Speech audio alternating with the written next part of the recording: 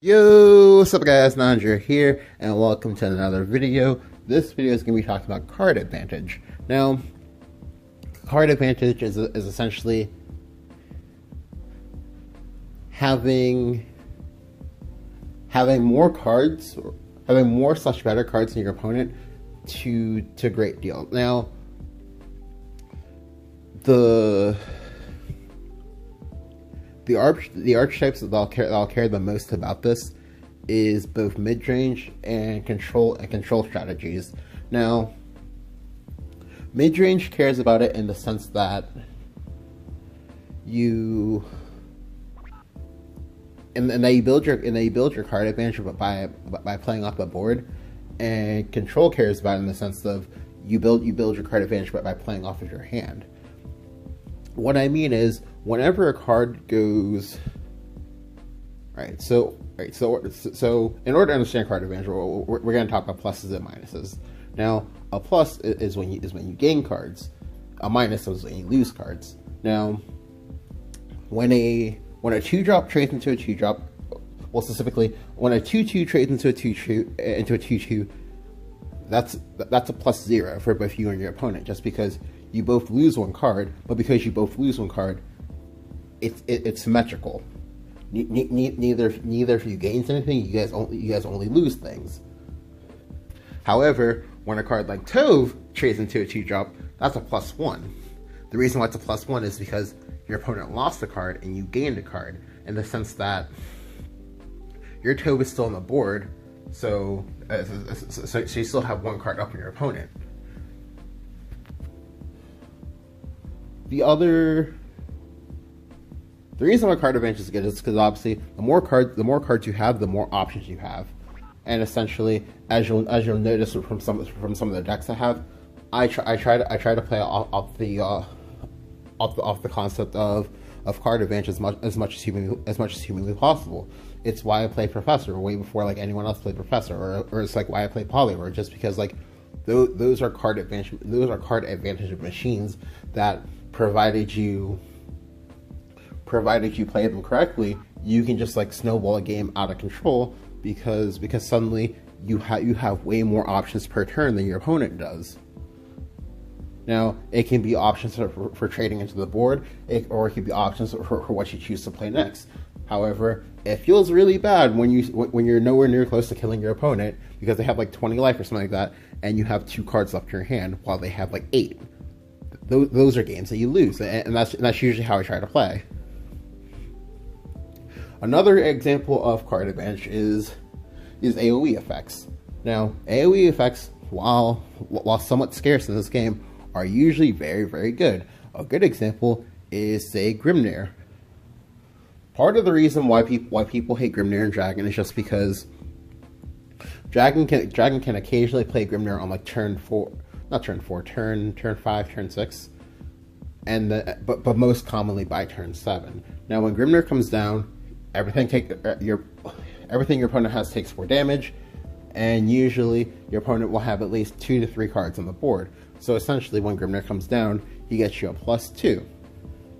Well, he can get you a +2 to a +5, and that's usually pretty insane, just because you can only have 9 cards in your hand at any point in time, and usually, because most decks don't have that much in the way of card draw, whatever you kill on the board will usually be the majority of the cards that your opponent controls. And it feels pretty nice just when you can use one card to get a lot of advantage out of seemingly nowhere. Another card that we'll talk about when we talk about card advantage is cards that give you cards to your hand. Now, as I said before, there aren't that many draw cards, but there are pseudo draw cards. Now, let's go ahead and take a look at a few of these cards.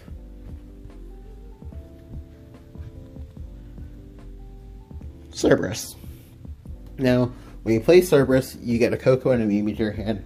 Coco and Mimi are honestly some of the best cards in the game, just because you can use them pretty flexibly, and essentially you get pseudo card advantage just because you played out the Cerb, which is a +2 by itself, If you can trade into something, then it becomes a +3.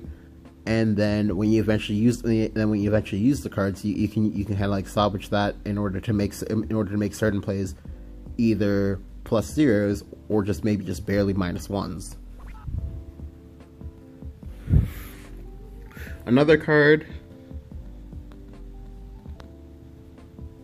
Oops.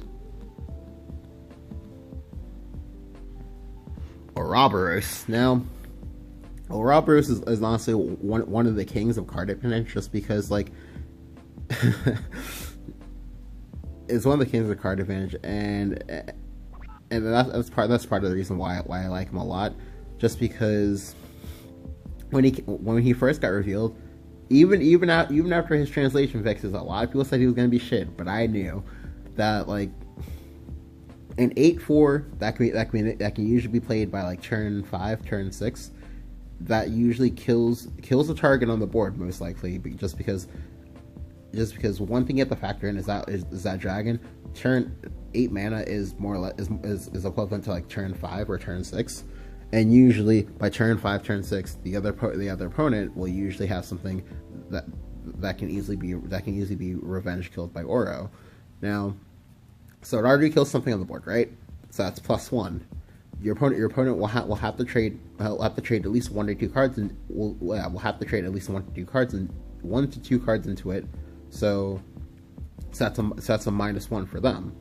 However, the Ouroboros goes right back to your hand, and that ends up being a +3 in total. So each time when he comes out, if you have the board state to support it, he will always be a +2 to +3. That is insane. And he's honestly one of the best cards that Dragon has at the moment. Another example.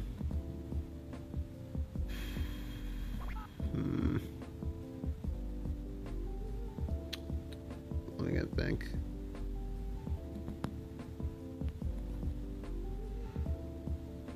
Okay. Another example will be Nethys. Now, you might be thinking, but Nethys isn't card advantage, but you're incorrect. Now, the reason why Nethys is card advantage is because, well, it's pseudo card advantage. It's pseudo card advantage in the sense that like the card advantage won't always be completely tangible. However, Nethys can potentially give you a +4 or something like that when you play her, because okay, so you play her, she brings out 4 dudes from your deck, kills them off. If you kill a Lurching Corpse, that's a +1. If you get a Mord, that's a +2. If you get a Cowie kill, that's a +3. And then lastly, if you get a Lich, that becomes a +4. Just because you essentially create bodies out of nowhere. Additionally, there's also the hidden factor of, well, she essentially gives you pseudo card draw, in that she mills a bunch of cards from your deck that you would hate to draw, but suddenly, oh hey, look at that. You essentially just have them. You essentially just like have them in play, and then you just get a lot of value from it. That's honestly why I like Nep is like one of like my top 10 favorite cards in the game. Another example.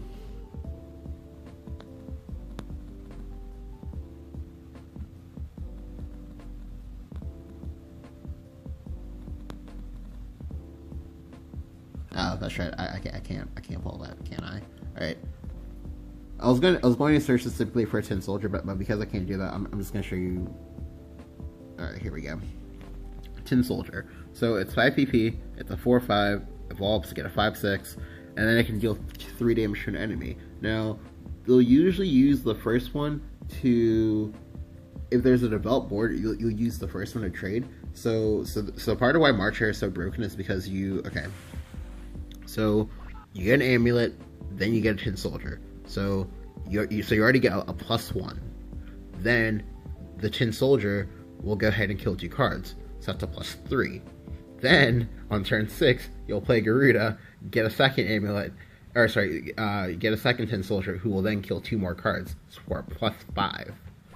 And that's part of why the interaction of Garuda plus Tin Soldier is so broken. Let's see, what else? Okay, since we're already here, Karavos.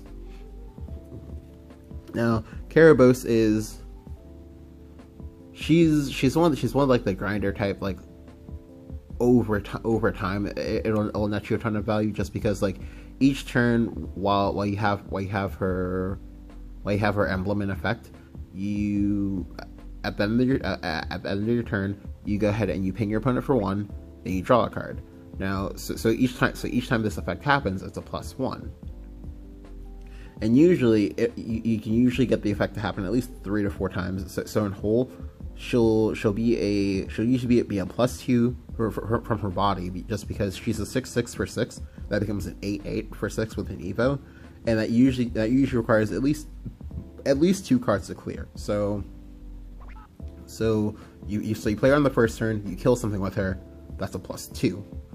When they trade something back into it, it's still a +2, but then on your turn you can continue doing what you're doing, and then you'll draw again, so that for a +3 in total. It's honestly she's a pretty strong card overall, and I'm kind of sad that like she doesn't see as much play as she should. What else?